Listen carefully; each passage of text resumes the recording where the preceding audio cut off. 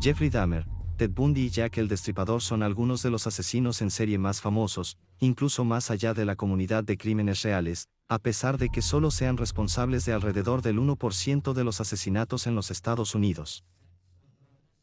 Los asesinos en serie son realmente algunas de las personas más aterradoras de la historia, a menudo motivadas por una determinación para cumplir algún tipo de deseo retorcido, pero entre los Peter Sutcliffes y los asesinos del Zodíaco hay docenas de criminales apenas mencionados cuando el tema surge en el episodio de hoy.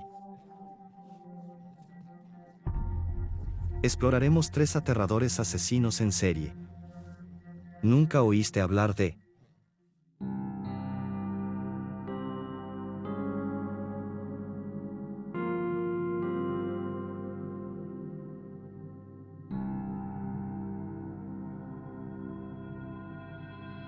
Son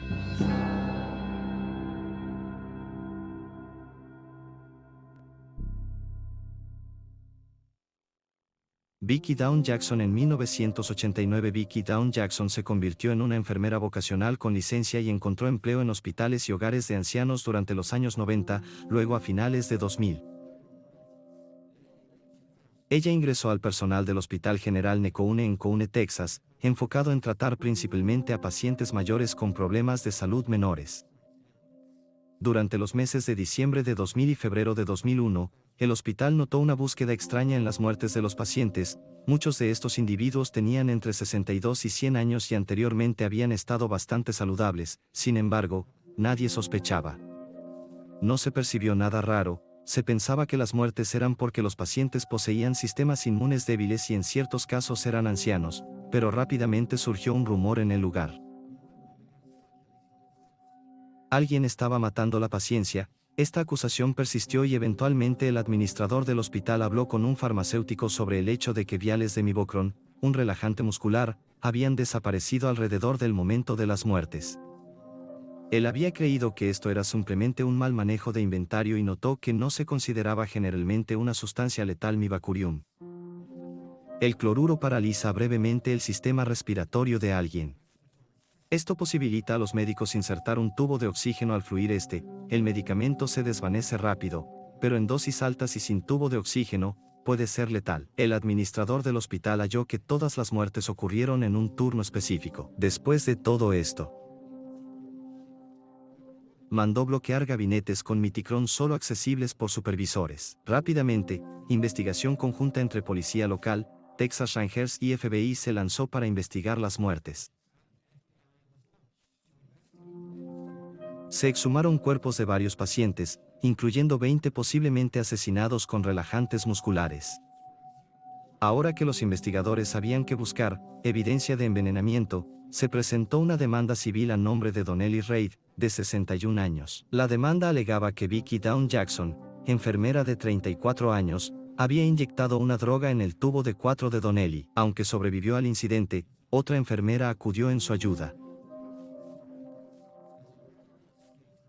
Él falleció 2 meses después de contraer neumonía. Una semana después surgió otra demanda, esta alegando que el anciano de 87 años Boyd Burnett había sido inyectado con una droga sin receta por Jackson, lo que llevó a su muerte en diciembre de 2000. Jackson fue despedido en febrero de 2001 antes de que se presentaran las demandas, cuando las autoridades encontraron jeringas con trazas de Rivercron en los contenedores de su residencia.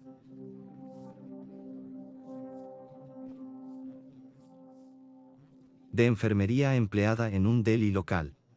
Fue aquí donde fue arrestada el 16 de julio de 2002 por cargos de 4 asesinatos capitales. Mientras esperaba el juicio, las autoridades continuaron buscando respuestas, exhumando cuerpos y buscando más víctimas. La audiencia se programó para octubre de 2004 y se ordenó silencio sobre el caso. El único detalle hecho público fue que los perseguidores no buscaban la pena de muerte. En enero de 2004, se presentaron 6 cargos adicionales de asesinato contra Jackson después de que su primer juicio resultara en un juicio nulo. Se programó otro y se llevó a cabo en San Angelo con un jurado completamente nuevo durante este segundo. El agente especial del FBI David Burns dijo que durante los interrogatorios con Jackson, creía haber determinado su motivo, asesinando a la paciencia en arrebatos de ira al considerar los 2 exigentes.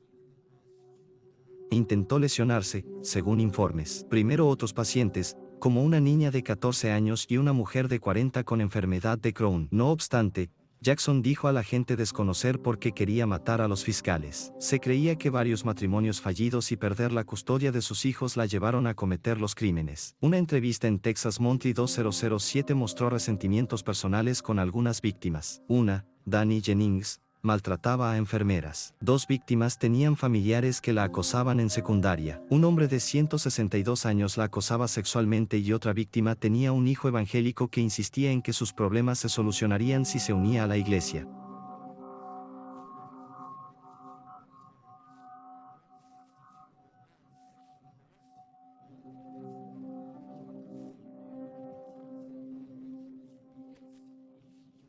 No obstante, ella no tenía lazos verdaderos con las otras víctimas. Jackson se declaró culpable de 10 cargos de asesinato capital.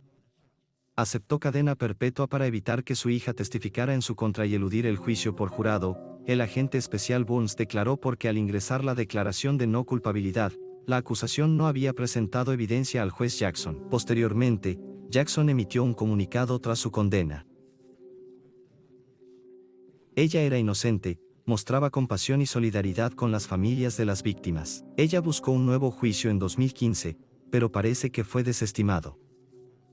Jackson sigue en prisión en Gatesville. Su primera oportunidad de libertad condicional es en 2042.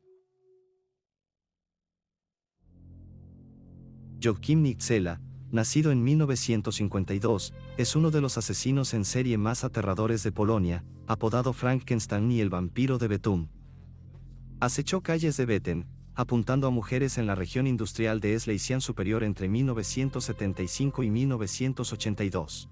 Los crímenes de Charles, según se informa, comenzaron cuando desarrolló un odio hacia las mujeres después de una estancia en la cárcel a los 18 años. Fue condenado por participar en la violación grupal de una joven y sentenciado a 3 años de prisión y, a pesar de la evidencia disponible, creía que había sido acusado falsamente y no debería estar en prisión como resultado.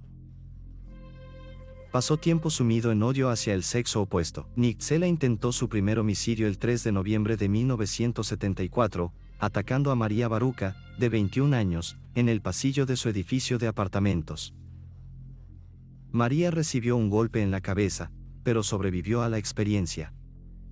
Vio a su atacante. El siguiente ataque ocurrió el 20 de septiembre de 1975. La víctima, Estefania M., falleció en el hospital un mes después. Tomó la vida de otra mujer, Elzbieta, Sr. El 6 de mayo de 1976, Miroslav Sonoska, de 38 años, fue asesinado en Michelova. Ella fue testigo clave contra el asesino Zdzislaw Marczycki, apodado el vampiro de Zaglebia, tras verlo ejecutar a su última víctima, notablemente. Ella fue asesinada similarmente a como Marczycki mató a sus víctimas cerca de su residencia usando un objeto contundente y con motivo sexual, evidenciado por la exposición de su parte inferior del cuerpo. Charlotte no atacó de nuevo el 30 de octubre, cuando golpeó a Teresa Rims en las escaleras de su edificio de apartamentos al regresar del trabajo. Ella falleció por un trauma contundente. Él arrastró su cuerpo a los sótanos y Charles golpeó al siguiente en enero. El 20 de 1977, aunque esta víctima específica sobrevivió al trance y describió a su atacante a la policía, y luego el 2 de febrero de 1978 y el 30 de julio de 1978 cuando atacó a 2 niñas de 14 años en un parque de diversiones en Orsov. La policía intervino tras los primeros delitos al notar un patrón. Muchos ataques ocurrieron cerca de la línea de tranvías Alasian número 6. Las mujeres que sobrevivieron ayudaron a crear un retrato robot del perpetrador. Se hizo una escultura de Mikala con peluca para coincidir con su cabello, y un maniquí vestido como el culpable, con abrigo a cuadros de Daffel, fue usado por Charla.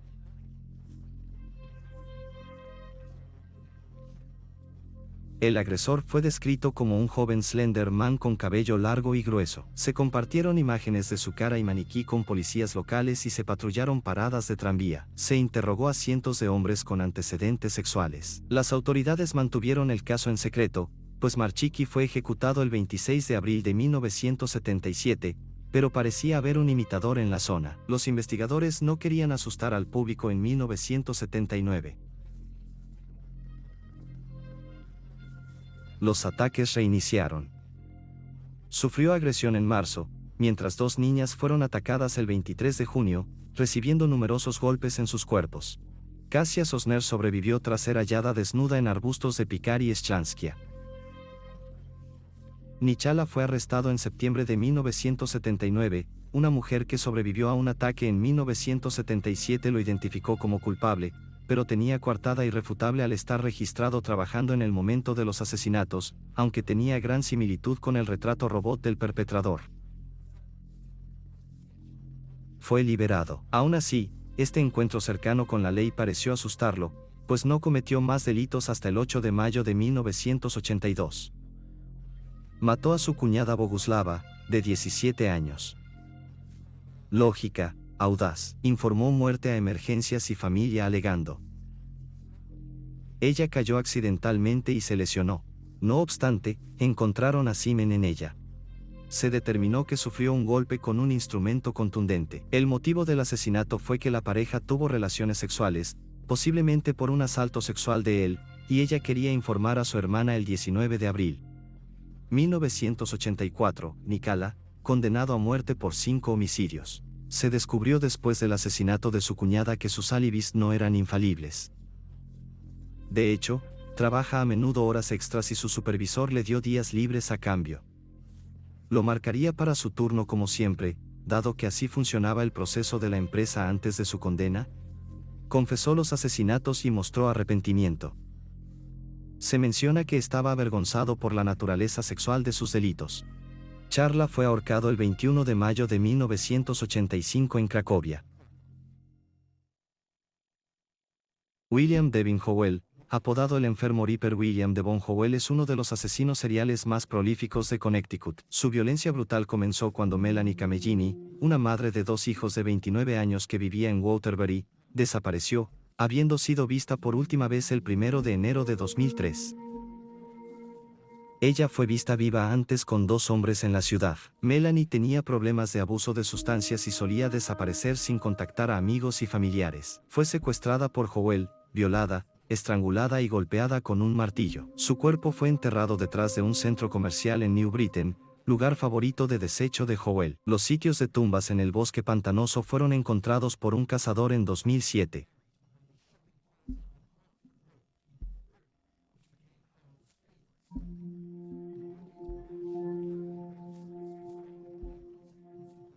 Los restos de Melanie no fueron identificados hasta 2015. Janice Roberts, 44, desapareció en 2003. Ella fue vista por última vez entrando a una furgoneta azul cerca de un Stop and Shop en Wethersfield, identificada luego como The House, un vagabundo que trabajaba en empleos temporales por los estados. 6 días antes de que Janice fuera reportada desaparecida, Howell le diría a un informante que la estranguló hasta la muerte tras intentar coaccionarla para tener sexo y descubrir que era transgénero.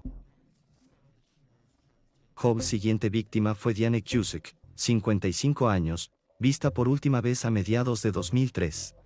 Ella fue oída por última vez el 9 de julio, cuando la policía conversó con ella sobre una disputa entre inquilinos de un propietario. Los restos de Melanie y Diane fueron extraídos del sitio de la tumba en 2007, pero tardaron 4 años en ser identificados. Ambas víctimas también tenían problemas de abuso de sustancias. No obstante, a diferencia de Diane, no se reportó su desaparición, pues no había contacto con su familia mucho antes de desaparecer el 31 de julio de 2003. Se presentó un reporte de desaparición para Nilse, de 33 años, ya que su familia no tenía noticias de ella en una semana. Era adicta a la heroína y trabajadora sexual en un motel de Wethersfield con su pareja.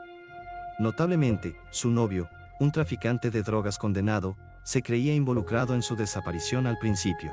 Fue exonerado de delitos y dijo a detectives que vio a la mujer de 33 años el 25 de julio a las 2:30 am entrando en el Blue Van de Howell. Las últimas víctimas de Howell incluyeron a Marilyn González, de 26 años, madre de 2, desaparecida en Waterbury en 2003, Joy Martínez, de 33 años, desaparecida en octubre de ese año, reportada hasta el 29 de marzo de 2004, y Mary Jane Maynard, de 40 años, madre de 2 de Waterbury, desaparecida en octubre de 2003. Joy Martínez estaba desempleada, mientras que Mary Maynard era exadicta y consejera de abuso de sustancias.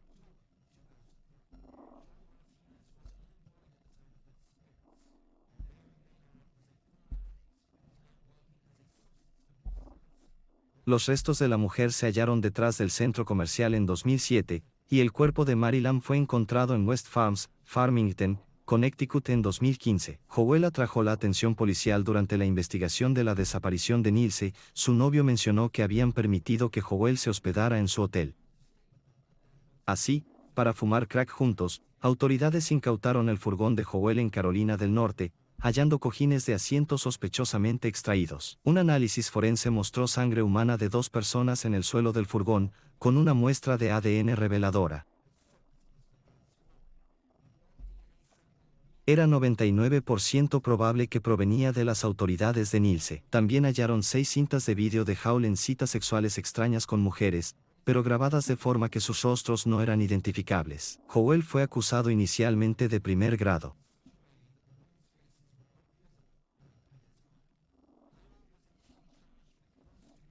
La matanza inició mientras el cuerpo de Nelson seguía desaparecido tras comenzar su juicio en enero de 2007. Ingresó una petición a Alfred, sin admitir el delito, pero consciente de que la persecución tenía pruebas para condena probable. Luego, retiró la petición, alegando presión de su defensor público y deseando desestimarla.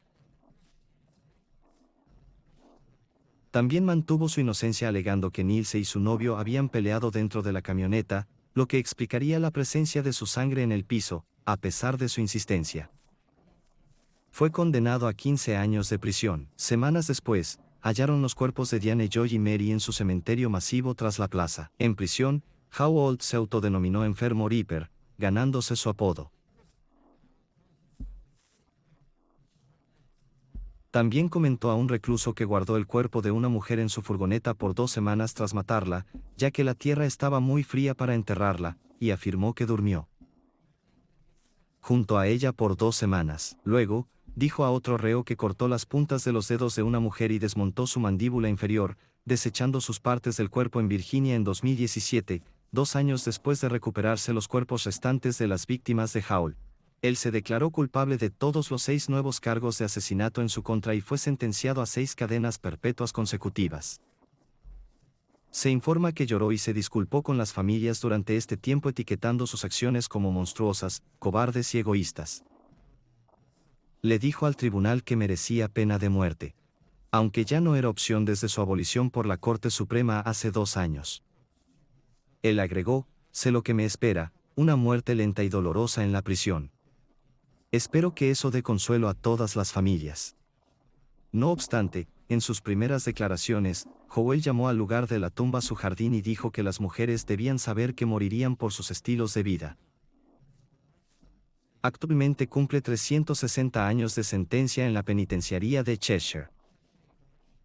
Y ahí tienes los hechos. Por favor, comente abajo con sus teorías y especulaciones, y recuerde darle me gusta al video y suscribirse para apoyar el canal. Gracias por mirar. Estén alerta. Mantente seguro. Nos vemos luego.